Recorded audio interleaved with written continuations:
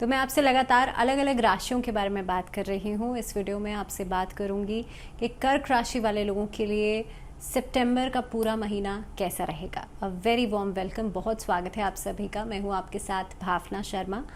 तो देखिए, कर्क राशि, पहली चीज़ तो चंद्रमा की राशि है, जल तत्व की राशि है, एक स्त्री राशि है। और कर्क राशि वाले जो लोग होते हैं वो बहुत इमोशनल होते हैं, बहुत सेंसिटिव होते हैं। आप लोगों के लिए अगर मैं सितंबर के महीने की बात करूं तो देखिए, आप सबसे पहले ग्रह गोचर की स्थिति को समझ लेते हैं।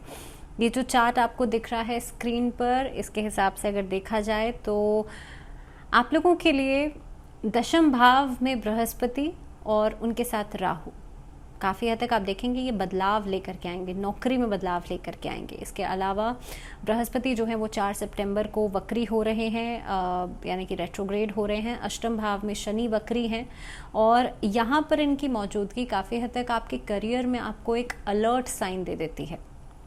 दूसरी बात, क्योंकि गुरु चांडाल योग का निर्माण हो रहा है बृहस्पति और राहु का, तो इसीलिए एक कन्फ्यूजन या क्लाउडीनेस भी इस महीने में आप काफ़ी ज़्यादा देखेंगे।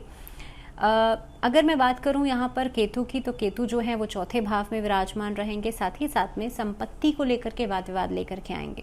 इस महीने में शुक्र जो है, जो कि प्रेम के प्लानट हैं, लग्जरीज के प्लानट हैं, वो वक्री अवस्था में पहले भाव में बैठे रहेंगे। 8 अगस्त को आप जानते हैं अस्त हो गए थे, उसके बाद 18 अगस्त को उदय हुए थे। और जो बुध हैं, जिन्हें बुद्धि का प्लानट भी कहा जाता है, ये खास तौर पे वक्री गति में है। लेकिन काफ़ी हद तक इनके, जहाँ तक हम असर की बात करेंगे तो ये क्योंकि देखिए बुध आपकी स्पीच को कंट्रोल करते हैं और बहुत सारे इंटेलेक्ट को कंट्रोल करते हैं, तो बुध का असर इस महीने में क्या कुछ पड़ेगा उसके बारे में मैं आपसे बात करूंगी। और जहाँ तक मंगल की परिस्थिति की बात है, तो मंगल आपके करियर में इस महीने में काफ़ी हद तक आपके लिए सपोर्टिव रहेंगे। तो सबसे पहले कार्य क्षेत्र की बात कर लेते हैं। तो करियर में आपके लिए महीने की शुरुआत जो है, जो अपॉर्चुनिटीज़ लेकर के आ रही थी, वो धीरे धीरे करके आप उसे कैश करना शुरू करेंगे, उसमें इम्प्लीमेंटेशंस दिखाई देती हैं। इसके अलावा यहाँ पर क्योंकि शनि की पोजीशन को देखते हुए भी आप अपने लक्ष्य की प्राप्ति के लिए इस महीने में मेहनत बहुत ज़्यादा करेंगे। नौकरी पाने के लिए आप आगे बढ़ चढ़ कर मेहनत करते हुए नजर आते हैं। नई नौकरियां मिलती हुई नजर आती हैं, नौकरियों में बदलाव हो सकता है। जो बच्चे आईटी सेक्टर में, कंप्यूटर्स में और ख़ास तौर पे रिसर्च वर्क में कुछ नया करना चाहते हैं, उनके लिए नए प्लेटफॉर्म्स मिलते हुए नज़र आते हैं। इस महीने में जो लोग आर्ट से, कला से जुड़े हुए हैं, वो भी कोई खासी उपलब्धि हासिल कर सकते हैं। साथ ही साथ में अगर आप अपना खुद का कोई कार्य शुरू करना चाहते हैं, खुद का कोई व्यापार शुरू करना चाहते हैं, तो आप लोगों को कोशिश ये करनी चाहिए आप बहुत कम अमाउंट से शुरुआत करें, उसके बाद धीरे धीरे करके आप ग्रेजुअली आगे बढ़ें। लगभग आप देखेंगे सितंबर का जो आधा महीना रहेगा, 14 से 15 सितंबर तक, आपके लिए फाइनेंसेस को बैलेंस करना, फाइनेंसेस को मैनेज करना एक बड़ा टास्क, एक बड़ा चैलेंज रहेगा। लेकिन उसके बाद चीज़ें आपके लिए पॉजिटिव होती हुई नज़र आती हैं। दूसरी बात यह है, व्यवसाय को देखते हुए ओवरसीज ट्रैवल हो सकता है, ओवरसीज ट्रेडिंग हो सकती है। तो इस महीने के अंदर जो व्यापारी हैं, जो ट्रेडर्स हैं, वो लकड़ी या लोहे से संबंधित किसी चीज़ की ट्रेडिंग की जा सकती है। इसके अलावा अपने कामकाज को बढ़ाने के लिए आप देखेंगे लोन्स के लिए अप्लाई करना या कोई कर्जा लेकर के कोई कार्य की नई शुरुआत करना, वो भी पॉसिबिलिटीज़ इस महीने में नज़र आती हैं।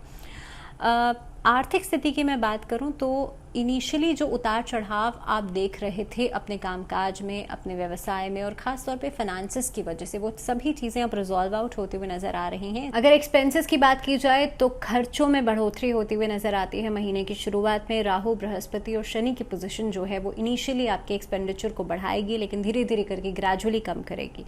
इस महीने में आप देखेंगे अपनी सुविधा से जुड़ी हुई चीज़ों के ऊपर खर्चे हो सकते हैं, लग्जरियस चीज़ों की तरफ खर्चे हो सकते हैं, एपरल्स के ऊपर, कपड़ों के ऊपर खर्चा हो सकता है। लेकिन इस महीने में काफ़ी हद तक फैमिली के रिस्पॉन्सिबिलिटीज़ को लेकर के भी जो खर्चे हैं आपके, वो बढ़ते हुए नज़र आते हैं।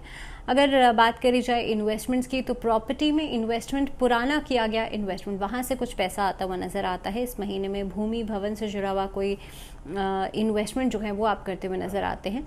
लेकिन जिन लोगों का प्रॉपर्टी डीलिंग्स का काम है, उन लोगों के लिए इस महीने में थोड़ी सी मंदी दिखाई देती है। अगर आप कोई नए कार्य की शुरुआत करना चाह रहे हैं, कहीं पर इन्वेस्टमेंट करना चाह रहे हैं, तो उसमें जब तक आपका पूरी तरह से नॉलेज नहीं है, मान लीजिए शेयर मार्केट है, म्यूचुअल फंड्स है, जब तक आपको नॉलेज नहीं है तब तक आप उसमें पार्टिसिपेशन नहीं कीजिएगा।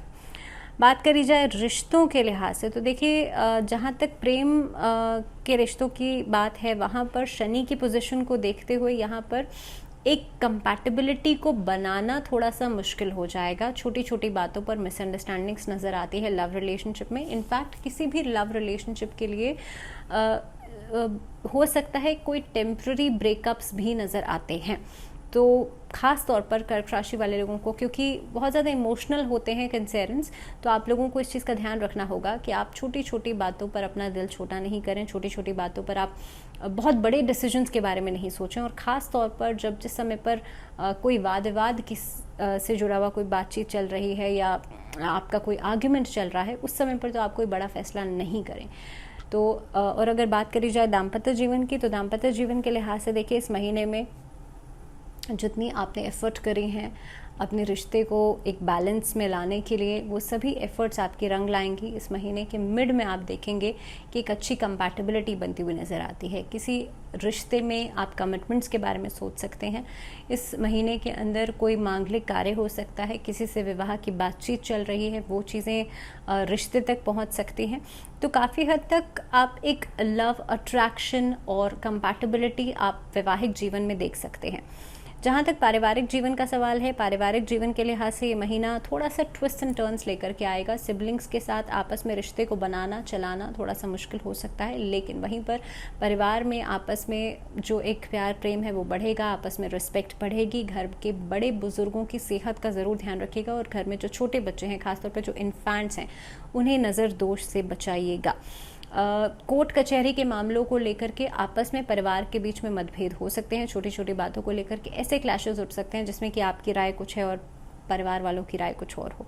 इस चीज़ से बचने के लिए घर में आप कोशिश करें चांदी का एक स्क्वायर टुकड़ा उसे घर के वाटर टैंक में आप डाल दें। इस उपाय के करने से भी आपस में जो प्यार प्रेम है वो बढ़ेगा। बात करते हैं एजुकेशन की, शिक्षा की, और स्टूडेंट्स के लिए यानी कि छात्रों के लिए महीना एक तरीके से देखा जाए तो एक नया बूस्ट आपको मिल सकता है। इस महीने के अंदर कॉम्पिटिटिव एग्जाम्स की अगर आप तैयारी कर रहे हैं तो उसके लिए आप सही दिशा चुन रहे हैं कि नहीं, इस महीने में सही समय पर आप डिसीजन मेकिंग कर रहे हैं कि नहीं, ये सब चीज़ें बहुत ज़्यादा मैटर करेंगी। इस महीने में लगभग 12 सितंबर के बाद से आपको कोई भी कार्य करना है वो गाइडेंस के अनुसार कीजिएगा। बिना सोचे समझे, बिना स्ट्रैटेजी के आप कोई भी कार्य नहीं कीजिएगा। जो बच्चे अभी नए कोर्सेज की शुरुआत कर रहे हैं उनके लिए थोड़े से चैलेंजेस आ सकते हैं फोकस को बनाने में, लेकिन जो बच्चे कोई कॉम्पिटिटिव एग्ज़ाम या खासतौर पे गवर्नमेंट सेक्टर से जुड़े हुए किसी एग्ज़ाम्स की तैयारी कर रहे हैं उनके लिए समय बहुत प्रोडक्टिव रहेगा। आप लोगों के लिए फोकस भी बढ़ रहा है, डेडिकेशन भी बढ़ रहा है। अब अगर बात करी जाए उपाय की, तो आप लोगों को नियमित रूप से चंद्रदेव की आराधना करनी है। ओम चंद्रमसे नमः इस मंत्र का जाप करना है। पूर्णिमा तिथि वाले दिन चंद्रमा को अर्घ्य देना है और साथ ही साथ में भगवान शिव की आराधना करनी है। शिवाष्टक का पाठ डेली ज़रूर कीजिएगा प्रदोष काल के समय पर। प्रदोष काल का समय इवनिंग में 1.5 घंटा पहले और 1.5 घंटे बाद का होता है। प्रदोष काल में आप शिवाष्टक का पाठ ज़रूर करें और हो सके तो जो फीमेल्स हैं वो सोमवार का फास्ट ज़रूर रखें इस महीने के अंदर। और इसी के साथ एक बार फिर से आप सबको बहुत सारी शुभकामनाएं। फ़िलहाल इस वीडियो में इतना ही, मुझे दीजिए इजाज़त, लेकिन जुड़े रहिए चैनल के साथ। अगले वीडियो में बात करेंगे लियोज़ यानी कि सिंह राशि वाले लोगों के बारे में।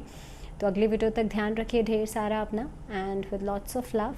Thank you so much. नमस्कार।